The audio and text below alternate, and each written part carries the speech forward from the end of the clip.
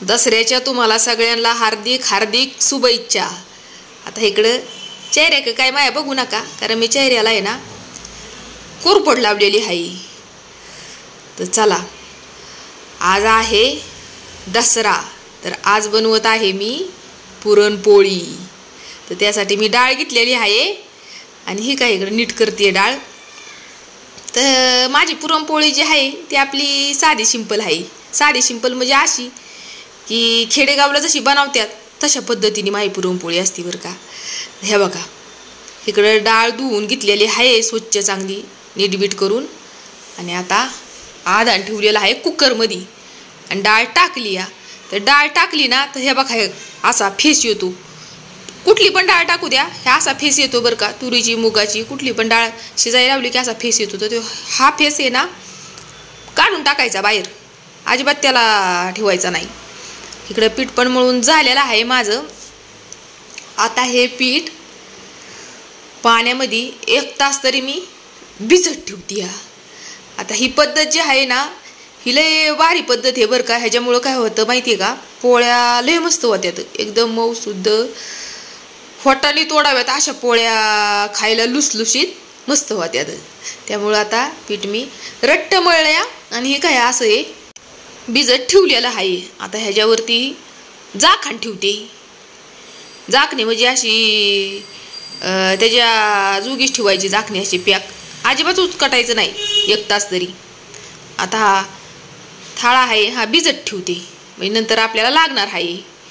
ह्या बघा इकडं पुराण परतून वाटून पण घेतलेलं आहे मी, डाळ जी आपली शिजली होती ती परतून वाटून घेतलेली आहे।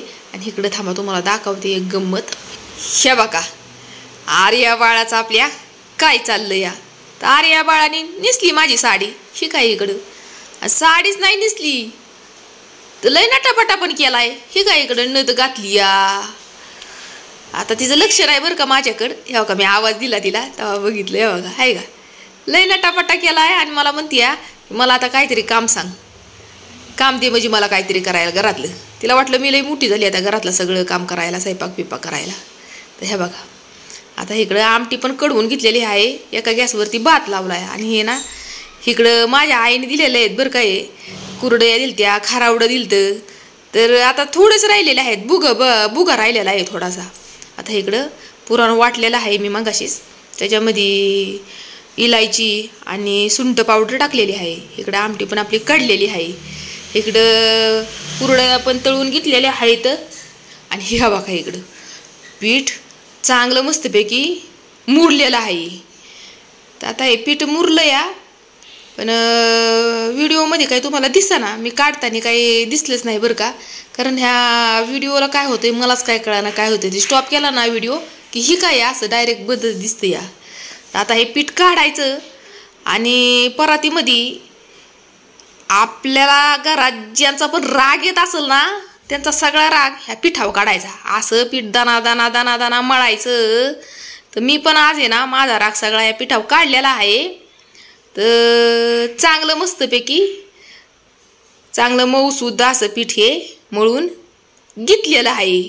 तर आता पीठ ह्या बघा अशा पद्धतीने मी मळलेलं आहे पीठ। तर तुम्ही मला कमेंटद्वारे विचारताल रुपाली ताई तुम्ही कुणाच्या वरचा राग काढलाय, तर मी आहे ना दाजींवरचा राग सगळ्या पिठावर काढला। आणि हे काय हे असं पीठ मस्त मळून घेतलेलं आहे। तर हे बघा आता ही शेवटची पोळी आहे, सगळ्या पोळ्या करून झालेल्या आहेत। हे बघा असं 1 तास जर पीठ भिजत घातलं ना तर बघा त्याच्यामध्ये ना किती क पुरण बसतं या, म्हणजे जेवढं पुरण आपण टाकल ना तेवढं पुरणाची पोळी मऊसुद्ध आणि एकदम खुसखुशीत अशी लय भारी पोळी होती। ही काही तुमच्या समोरच दिसते की।